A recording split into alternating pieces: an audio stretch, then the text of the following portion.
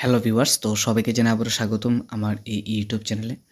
তো ভিউয়ার্স, তোমরা যারা এই বছর ডিগ্রি কলেজে ভর্তি হওয়ার জন্য অনলাইন আবেদন করেছো, তোমাদের গতকালকেই কিন্তু সেকেন্ড রাউন্ডের মেরিট লিস্ট প্রকাশিত হয়ে গিয়েছে। তো তোমরা অনেকেই কমেন্টে জানাচ্ছ যে আমরা যদি কোনো কলেজে ভর্তি হয়ে যাই, তারপর আমাদের নাম যদি আবার সেকেন্ড মেরিট লিস্টে আসে, তাহলে কি আমরা আবার পুনরায় ভর্তি হতে পারবো কিনা। তো এই বিষয়টা কিন্তু আমি তোমাদের কাছে একটু ক্লিয়ারিফাই করে দিচ্ছি। তোমরা যারা এই বছর ডিগ্রি কলেজে প্রথম মেরিট লিস্টে ভর্তি হয়ে গিয়েছো, তোমরা নেক্সট টাইম কি আর ভর্তি হতে পারবে কি না।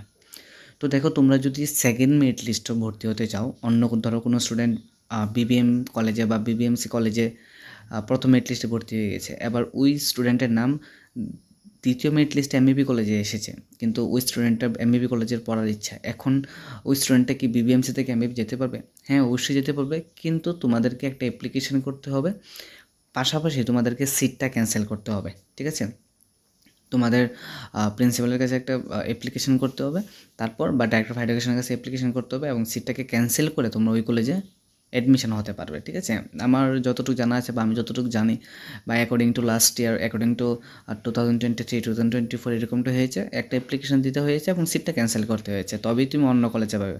একসাথে দুটো কলেজে তোমরা ভর্তি হতে পারবে না। ঠিক আছে, সিটটাকে ক্যান্সেল করে তোমরা ভর্তি হতে পারবে। ঠিক আছে, আরেকটা বিষয় হচ্ছে স্পট রাউন্ডের বিষয়টা। তোমরা অনেকে কমেন্টে জানাচ্ছ যাদের নাম আসেনি সেকেন্ড মেরিট লিস্টের এবং ওয়েটিং লিস্টে, যে দাদা স্পট রাউন্ড কবে হবে। তো স্পট রাউন্ডের জন্য এখনও প্রপার কোনো নোটিশ বা নোটিফিকেশান আসেনি।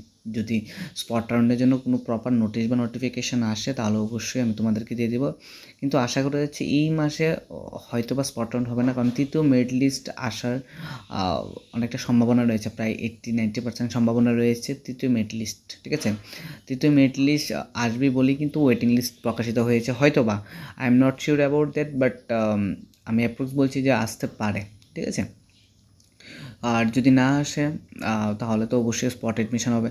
স্পট অ্যাডমিশন আগে হয়তো বা একটা মেরিট লিস্ট প্রকাশিত হবে। ঠিক আছে, যেহেতু সেকেন্ড মেরিট লিস্টের পাশাপাশি ওয়েটিং লিস্টও প্রকাশিত হয়েছে। আবার দেখা গিয়েছে প্রত্যেকটি কলেজের মেরিট লিস্টের পাশাপাশি ওয়েটিং লিস্ট প্রকাশিত হয়নি, কোনো কলেজের প্রকাশিত হয়েছে, কোনো কলেজের প্রকাশিত হয়নি। তো যারা তৃতীয় মেরিট লিস্টের জন্য অপেক্ষা করছো, তোমরা আমার চ্যানেলটা ফলো করে রাখো বা সাবস্ক্রাইব করে রাখো। যদি কোনো আপডেট নোটিশ বা নোটিফিকেশান আসে, আমি তোমাদেরকে অবশ্যই দিয়ে দেবো। ঠিক আছে, এখনও পর্যন্ত কোনো ধরনের নোটিশ বা নোটিফিকেশান কিন্তু আসেনি।